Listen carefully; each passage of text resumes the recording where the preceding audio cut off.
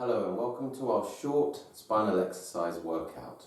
These exercises are relevant for nearly everybody in the Western world, particularly people that spend prolonged periods of time in one position, such as sitting at a computer, tradesmen, electricians, plumbers, etc., people in manufacturing, shops, healthcare workers such as us. If there's anything particular that you would like to discuss, please talk to that with your healthcare provider. We're going to start with one simple exercise called a spinal twist. It's rotating from left to right very gently, particularly if you're doing this first thing in the morning. Okay. The focus is to keep your head straight forwards so that you're not twisting round. This can make you feel a bit dizzy. So you're keeping your head and your hips facing forwards and your body is rotating round. Try not to force this position at the end. Find a gentle flow from left to right. You'll find that you're also rotating your head from left to right. So this is a really good spinal exercise.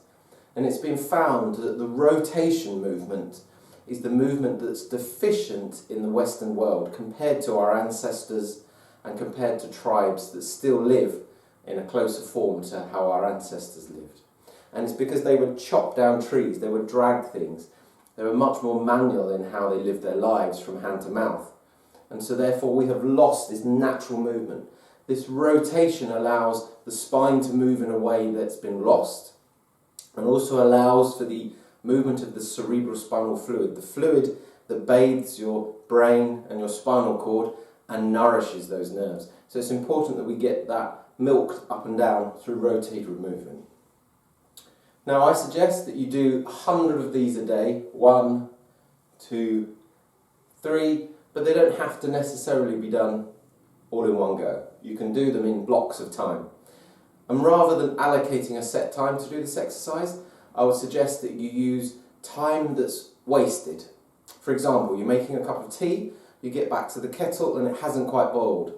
Then spend those 10 seconds just doing your exercises. Just use the time whilst the photocopier is running to do some spinal twists. As I say, the key is to keep your head facing forwards and to not try and force the movement at the end. You'll really feel your spine is quite loose by the end of doing 100 of those repetitions. The next exercise is something we call the YMCA, and that's a section of 4 exercises. It's because we put our arms in certain positions, and the positions are not technically YMCA, they're Y, W, T and L, but we call them affectionately YMCA for short. We're going to go through those 4 exercises. It is ideal to do all of these 4 together, but again it's not essential. You could break them up into smaller components, but you'll feel much better, you'll feel your spine much more stretched if you do them all together. The first position is a Y, and we're going to start off with the center point where your body should be during these exercises. And that's the same for each of them. The only thing that then changes are the arms.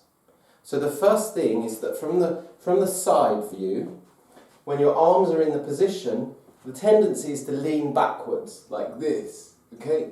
We want your arms to be in the position and for your body to not be thrust backwards. Imagine that you have a piece of string pulling you up to the ceiling and that your spine is nice and tall. Your arms are in the position and your head is tilted backwards, but your body is not tilted backwards. You're in a tall position, buttocks engaged to pull you upwards, shoulders pulled up, chest plucked out like a cockerel, and head back. And you're just going to breathe in this position. So the first one we do is Y.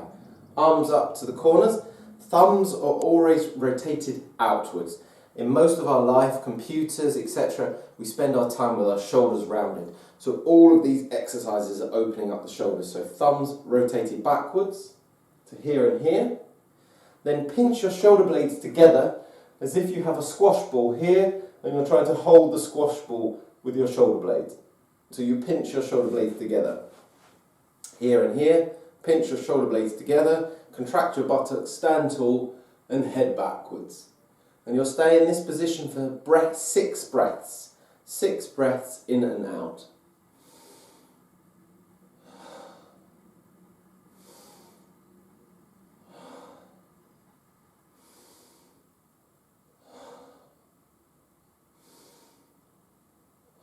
Five and 6. From this position straight away, you go from the Y to the W, which is just bending your arms here and holding on to that squash ball, pinching your shoulders. Again, this is one that does tend to thrust our chest and our stomach outwards. So make sure that your chest is nice and tall, you're not leaning backwards, the squash ball is pinched between your shoulder blades, thumbs are rotated backwards, and tilt your head for 6 breaths.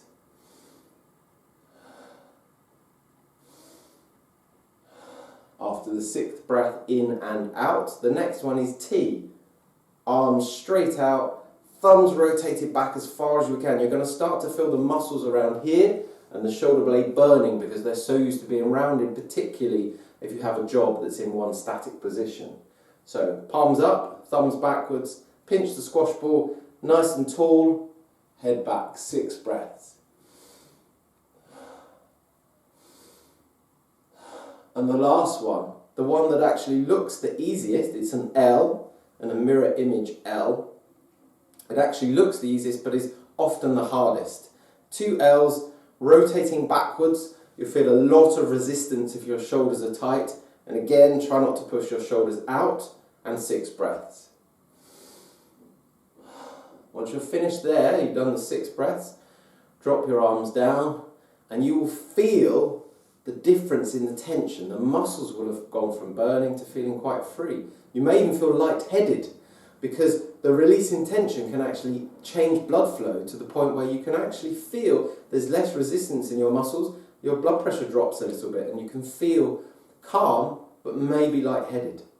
Now that last exercise, the L, is a good indicator of how much flexibility your spine has. As you probably know, your spine should have a slight curve, an S shape from the side, but you should be able to have the flexibility to roll your spine, as they do in yoga, 1 vertebrae at a time, in any direction.